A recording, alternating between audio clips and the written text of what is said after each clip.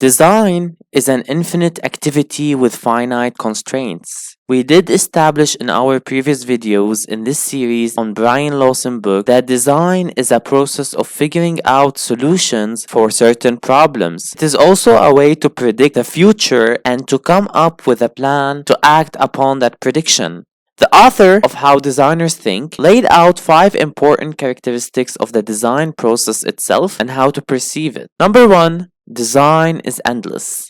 Design problems by nature are hard to define and can be approached from different perspectives. Thus, the process of figuring out the proper solution can never be considered done. Designers stop designing using their own judgment and experience to no longer pursue the issue further. Time, money, and information also play a major role in defining the endpoint of the design process. Number 2. There is no good way to design. In design, the solution is not always the logical outcome of the problem, and therefore, the process might not always guarantee the desired result. Controlling the design process is one of the most important skills a designer must develop. Designers must expend considerable amount of energy in identifying problems, and this is not a linear pursuit. Both problem and solution become cleaner as the process goes on. Third, design is subjective.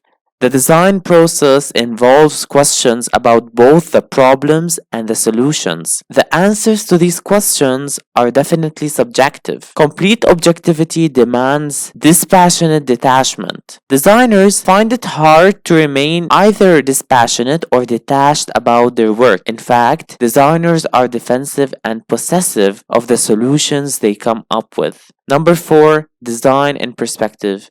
Design and science methodology of solving problems are not analogous. While scientists may help us understand the present, designers may be seen to prescribe and to create the future. Their process deserves not just ethical but also moral scrutiny. Number 5. Design requires actions. Design is not an end in itself. It is a process to come up with a certain plan to change the environment in a certain way, whether by the formulation of policies or the construction of buildings. Decisions cannot be avoided or delayed without the unfortunate consequences.